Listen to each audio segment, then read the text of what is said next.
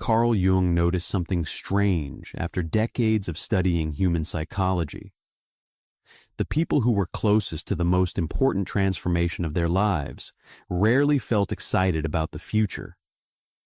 In fact, they usually felt the opposite: confused, disconnected, restless, as if something that once gave their life meaning had quietly stopped working. Most people assume these feelings mean something is wrong. Jung believed they often mean something very different. He observed that before a person enters a completely new chapter of life, the psyche almost always sends a series of signals. Not one, not two, but a pattern of signs that appears again and again across different lives, different ages, and different circumstances. The problem is that almost nobody recognizes them when they arrive. People mistake them for failure, for burnout, for depression, for a midlife crisis. And because they misunderstand what is happening, they often run back to the very life they were meant to outgrow. So here's the question. What if the confusion you're feeling right now is not a sign that you're lost? What if the emptiness, the restlessness, the strange sense that your old life no longer fits you are actually signs that something in you is trying to change? Because according to Jung, the best chapter of a person's life rarely begins when everything is working. It begins when the old life starts losing its grip.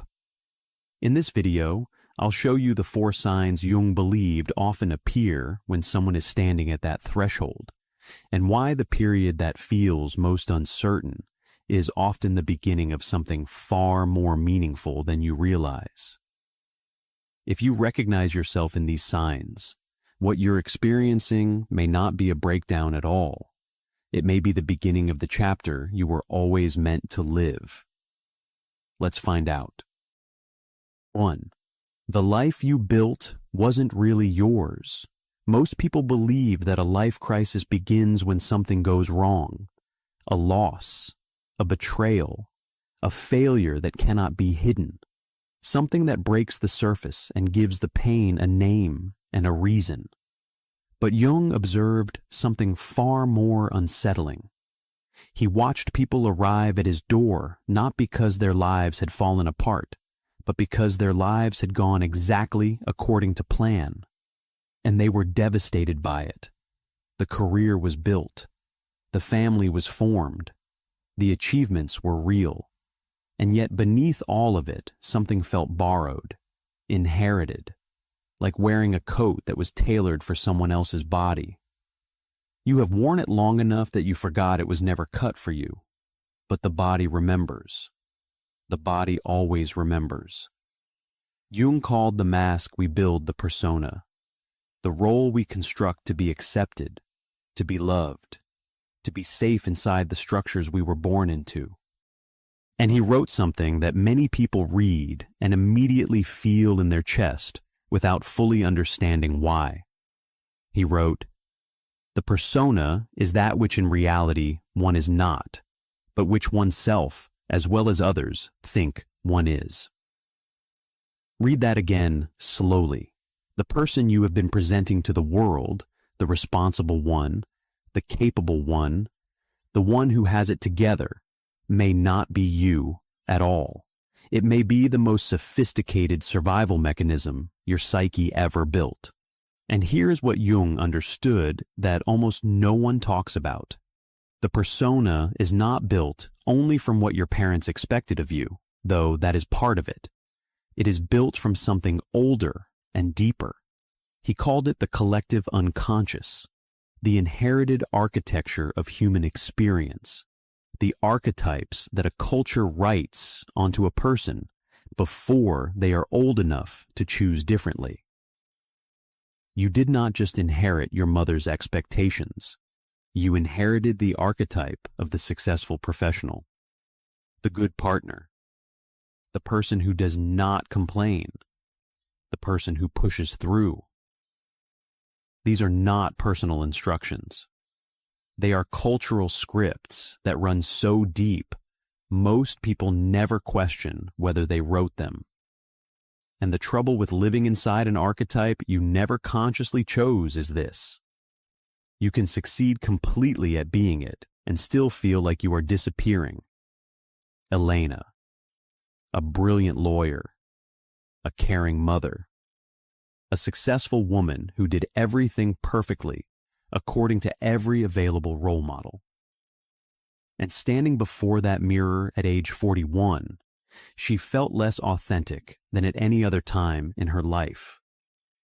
Not because she failed in the script, because she mastered it, because she gave the best performance of her life, and now she no longer finds herself behind it. This is not a crisis. This is what Jung called the beginning of individuation. The moment the soul decides it will no longer live inside a story written by someone else. The moment the real person, the one buried under decades of performance, begins to push toward the surface. It does not feel like awakening at first. It feels like something is wrong with you. Nothing is wrong with you. You have simply outgrown the coat. 2. When everything stops making sense. The stage in the alchemical process where the base material has to decompose completely before it can be transformed into something of genuine value. The alchemists understood something that our self-improvement culture has systematically forgotten. You cannot refine gold from ore without first breaking down the ore. The structure has to dissolve. The original form has to be surrendered, and that dissolution looks from every angle like pure loss. Jung wrote, "There is no coming to consciousness without pain." He was not being poetic. He was describing a mechanism. The pain you are experiencing is not a signal that something is going wrong. It is the signal that something is going right, something your ego does not want. Something your ego will fight with everything it has. Here is the distinction that changes everything.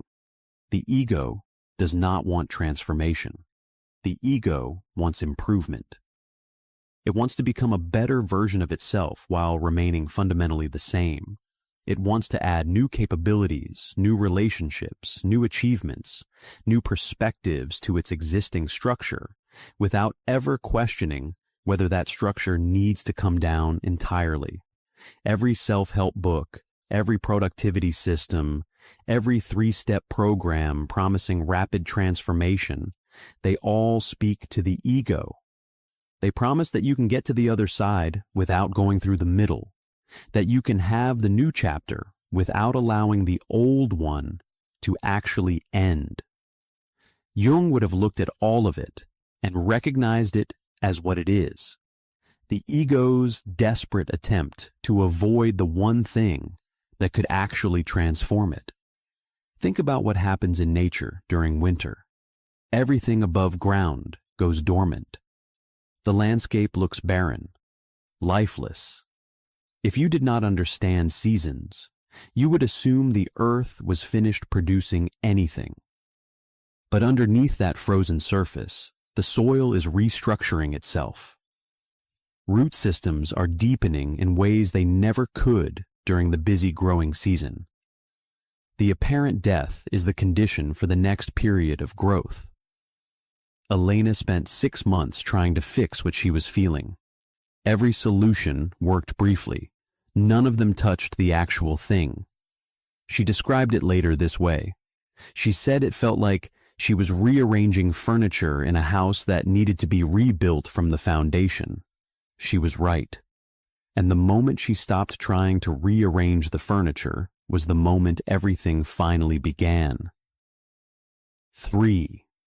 The 4 signs you are already crossing over Jung did not only describe this threshold period in philosophical language. He documented specific psychological markers, things he observed consistently across hundreds of patients, that appeared in people who were approaching a major life transformation. These markers are almost always misread by the people experiencing them, by their families, sometimes even by therapists who do not understand what they are witnessing. They look like symptoms of something going wrong. They are actually signs of something going right. Here are the 4. The first is a hollowing out of things that used to carry meaning. You wake up, and the life you have built, the one that met all the criteria, feels like a theater set for a production that already closed. You go through the motions because you do not know what else to do. The emotional current that used to run through your routines, your goals, your relationships, has thinned to almost nothing. People around you do not notice because you are still performing. But inside you feel as though you are watching your own life from a slight distance, through glass, and what you see no longer makes sense to you. Jung recognized this as the psyche, withdrawing its energy from the structures the ego built. When something has completed its function in your psychological development, the life force begins pulling back from it. Think of the way sap retreats from branches in autumn. The branches do not break, they just go quiet, and the energy that used to flow through them begins pooling somewhere deeper, preparing to fuel something you cannot yet see or name. The second marker is an uprising from places you thought were settled. You start dreaming vividly, dreams that feel significant even when they resist explanation. Memories surface that you have not thought about in decades. Emotions arrive with no apparent cause. You cry without knowing why. You feel waves of anger that do not connect to anything happening in your present life. Old wounds you believed you had healed begin aching again, as though they had only been sleeping. This is the unconscious making its move. When the ego's grip on consciousness loosens, when the old identity starts losing its authority, everything that was compressed underneath that identity begins rising. Every feeling you set aside because you did not have time for it. Every part of yourself you rejected in order to fit into the life you were building. All of it starts coming up. And the pressure behind it is enormous because it has been held down for years, sometimes for decades. The third marker is an intense, almost physical need for solitude that no one in your life understands. You cancel plans. You need more time alone than you ever have. Social situations that used to feel natural begin to feel like they are taking something essential from you. You are not depressed exactly. You just cannot be around other people without sensing that something important is leaking out of you. Like every interaction requires you to perform a version of yourself that is becoming impossible to sustain. Jung understood this as the psyche conserving its resources. Transformation requires enormous internal energy, and the psyche begins redirecting that energy away from external engagement and toward the interior work that is underway. Your need for solitude in this period is as legitimate as the body's need for stillness during illness. Something inside you is being rebuilt. The rebuilding requires the energy you have been giving away to everything and everyone else. The fourth marker is the one that frightens people most, and it is the one most commonly misdiagnosed. It is not simply that your tastes change or your goals lose their pull, though those things happen too. It is something stranger and more specific than that. It is the arrival of feelings and impulses and desires that you have spent your whole life refusing to acknowledge. A restlessness that does not belong to your current life. A strange grief for a version of yourself you never allowed to exist. An inexplicable envy, not of what other people have, but of how freely some people seem to be living.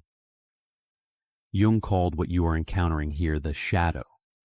The parts of the self that were rejected or suppressed, not because they were evil, but because they did not fit into the persona you were building.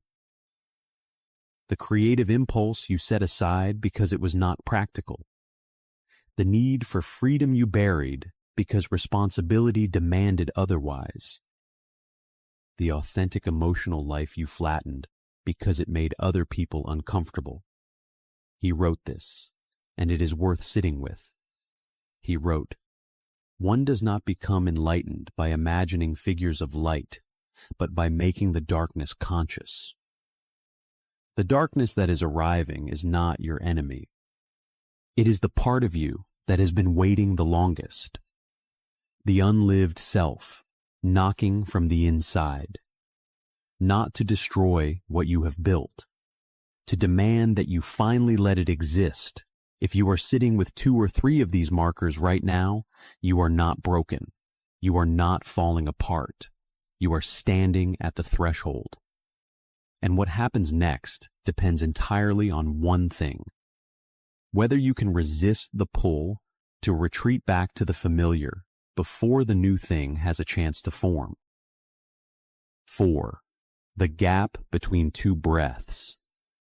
This is where most people lose the transformation that is trying to happen, not during the hollowing out or the rising of old pain, but in the silence that comes after, when the old structure is gone or going, and the new one has not yet arrived, when there is nothing left to hold on to and nothing visible to move toward.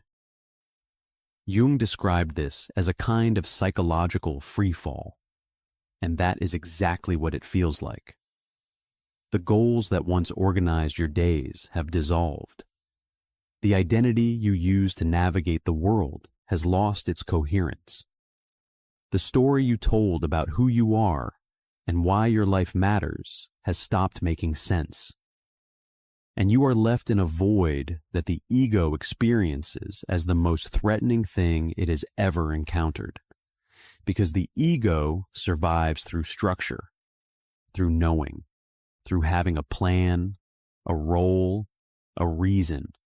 When all of that is stripped away, the ego goes into a primal panic. This is not a metaphor. Neuroscience tells us that the human brain is hardwired for loss aversion.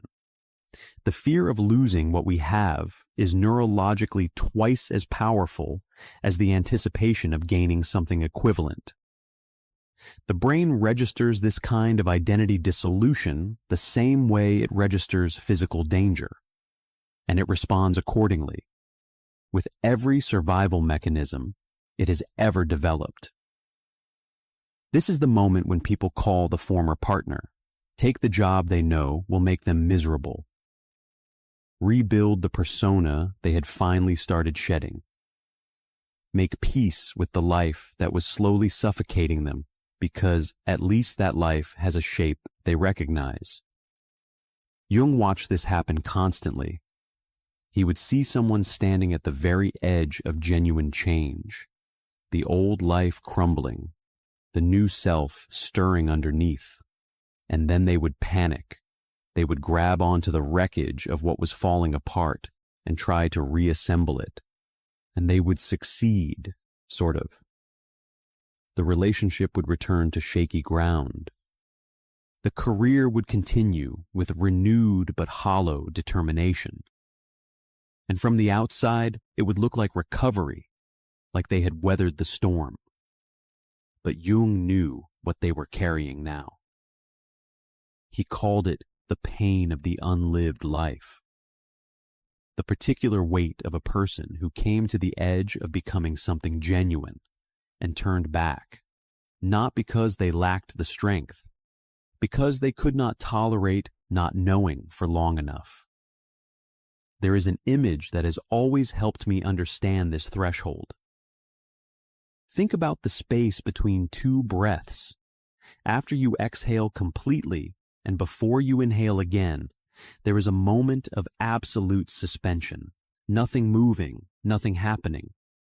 From the inside, it can feel like panic if you are paying attention to it, like the air might never return. But that pause is not emptiness.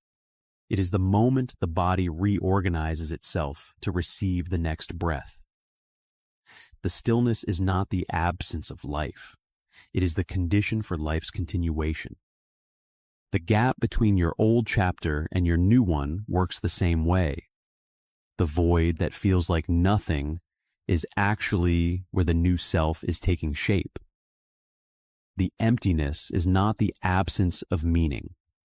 It is the space where meaning that is actually yours, meaning not inherited or performed or borrowed from anyone else's idea of what your life should look like, is quietly gathering the strength to emerge. Elena reached this gap 3 separate times over the course of a year and a half. 3 times she picked up the phone to call her old managing partner and ask for her position back. 3 times something stopped her. Not wisdom, exactly. She described it as a physical sensation, a tightness in her chest that came when her hand touched the phone, as though her body knew something her mind was still arguing about. She did not call. She stayed in the gap. And what came through was not what she expected. But before we get there is something happening in the darkness itself that almost no one understands. Something that the gap is doing to you, even when it feels like nothing is happening at all. 5. What the darkness is actually doing to you. People are taught to endure the darkness, to survive it, to white-knuckle through it until the light returns. Jung had a completely different relationship with it. He did not want his patients to endure the darkness. He wanted them to see what was alive inside it. Because the darkness, the real psychological darkness of the threshold period, is not inert. It is not an absence.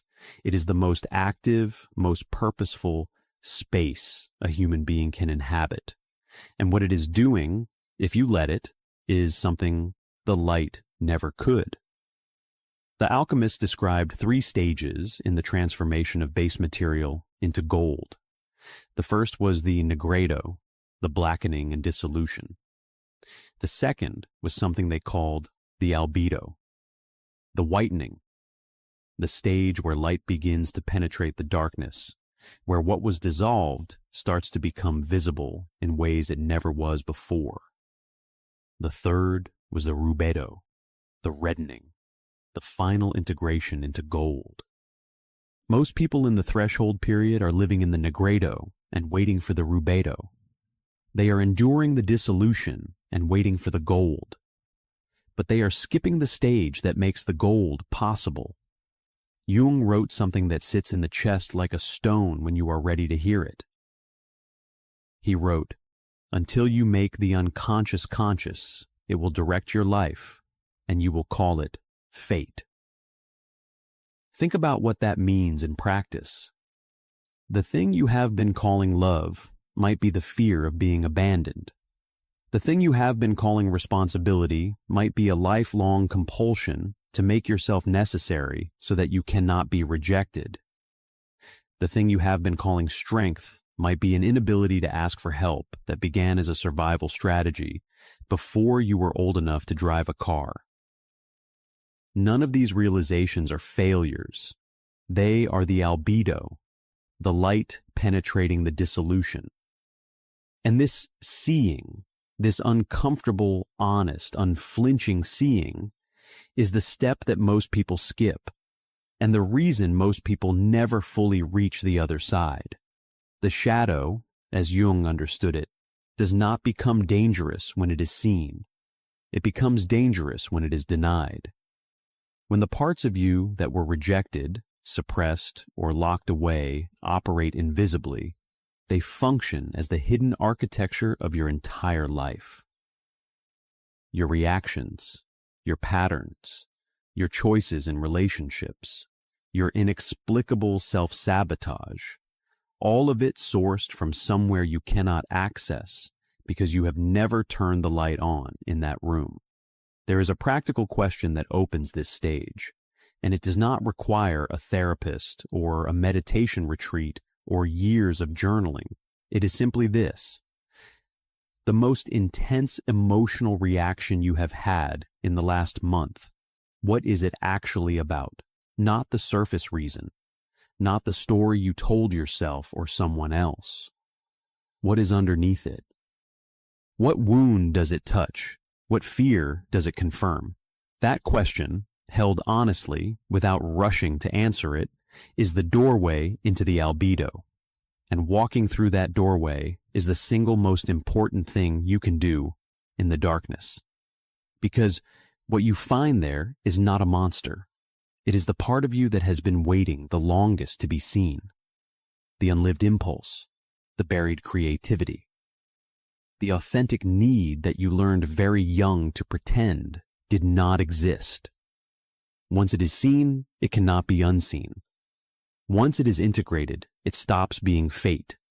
It becomes energy, the most powerful energy you have ever had access to, because it has been held under pressure for years, and it is finally free. 6. The moment everything turns into its opposite. The period of deepest isolation, the one that feels like you have been permanently separated from every genuine connection you ever had, almost always precedes the arrival of the most authentic relationships of a person's life.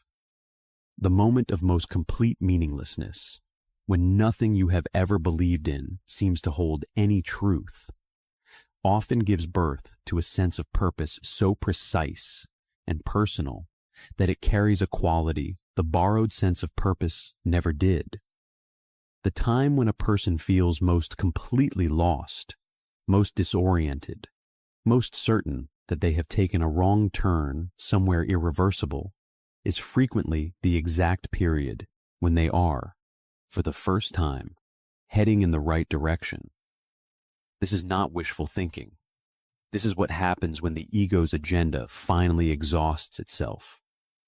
When all the planning and strategy and forced optimism run out of fuel, the deeper intelligence of the psyche finally gets a chance to speak. And this deeper intelligence has been paying attention to everything your conscious mind was too busy performing to notice. There is something else that happens in this enantiodromia, something Jung called synchronicity. He described it as an ever-present reality for those who have eyes to see. When you are in the threshold, when your interior is reorganizing itself at the most fundamental level, you begin noticing things you would not have noticed before. Not because those things were not always there, but because the ego, in its ordinary state of control and performance, filters out enormous amounts of information that does not serve its existing narrative. When the ego loosens its grip, that filter lifts. The book that falls open to exactly the page you needed. The stranger who says the thing you have been trying to understand for months. The conversation that arrives at the precise moment a door was closing. Jung did not think these were supernatural events. He thought they were the natural result of a psyche that was finally permeable, finally open to signals it had been blocking. I'm going to suggest something here, and I want you to sit with it honestly. The fact that you are watching this video right now, at this particular moment in your life, is not a coincidence. Not because this video is magical, but because you are. Because whatever is moving in you is moving towards something, and it is finding its way to what it needs. That is not mysticism. That is the mechanism Jung spent his life describing.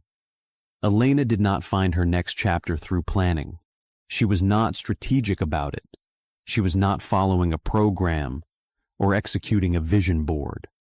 What happened was quieter and more surprising than any of that. A conversation at a friend's dinner party with a woman who ran a small non-profit supporting women through divorce. The conversation lasted 40 minutes. Elena could not stop thinking about it for 3 weeks afterward. She felt something she had not felt since she was a student. since before she knew what she was supposed to become. She felt drawn towards something without any logical reason to justify it, without a financial case, without a career ladder, without anything the old Elena would have recognized as a valid reason to make a change. Jung would have recognized it immediately.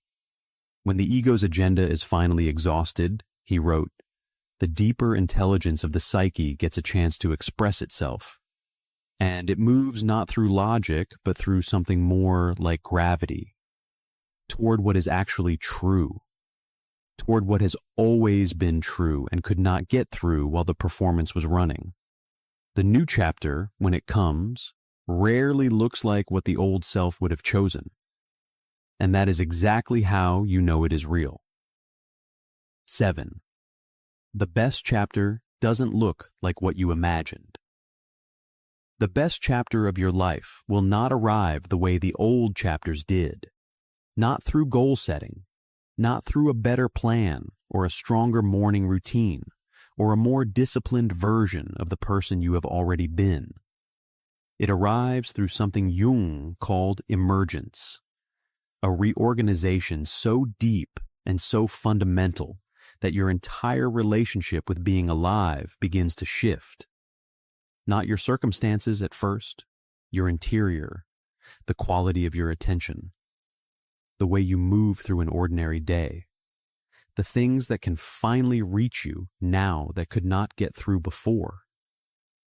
There is a concept Jung returned to quietly throughout his life, one that almost no one in the world of self-improvement ever talks about.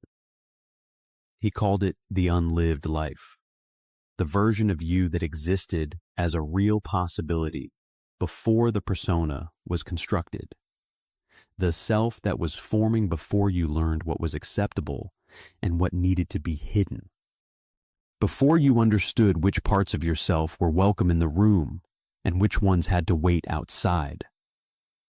That version of you did not disappear, it went underground. And it has been living there ever since, expressing itself in the only ways it could, as a vague longing you cannot locate, as grief that arrives without a clear cause, as the strange, specific envy you feel when you watch certain people live with a freedom you told yourself was impractical, as the dream that keeps returning, the one you wake from and carry with you longer than you should. Jung wrote something about this that I want you to really hear. He wrote that the unlived life is the source of neurosis, not the painful life, not the difficult life, the unlived one, the one you quietly set aside to become the person the world needed you to be. So here's what the darkness has actually been doing: the dissolution, the negredo, the long disorienting collapse of everything that used to hold its shape. It is not the end of you. It is the unlived life pressing back through the surface. It is the person you almost became, finally gathering enough force to break through the false structure and insist on existing. This is what the best chapter is made from. Not new achievements stacked onto the old foundation. A life rebuilt from what is actually true about you. Jung called this the second half of life, and he was very clear that it has nothing to do with age. Some people arrive at this threshold at 28, some at 62, and some never arrive at all. They spend their entire lives in the first chapter, the one built from inherited expectations and borrowed scripts, and never discover what was waiting beneath it. What determines whether someone crosses has less to do with how much they have suffered than you might expect. What brings a person through is a specific kind of honesty, the willingness to look clearly at the life they have been living and acknowledge that it was built, at least in part, from fear, from obligation, from the accumulated weight of everything everyone who ever shaped them needed them to become. And then to decide, quietly and without drama, that the years ahead will not be built the same way. The people who come through the threshold, Jung observed, develop something that almost no other experience produces: a quality of presence, a way of inhabiting their own lives that other people can sense without being able to name it. They make decisions from alignment rather than pressure.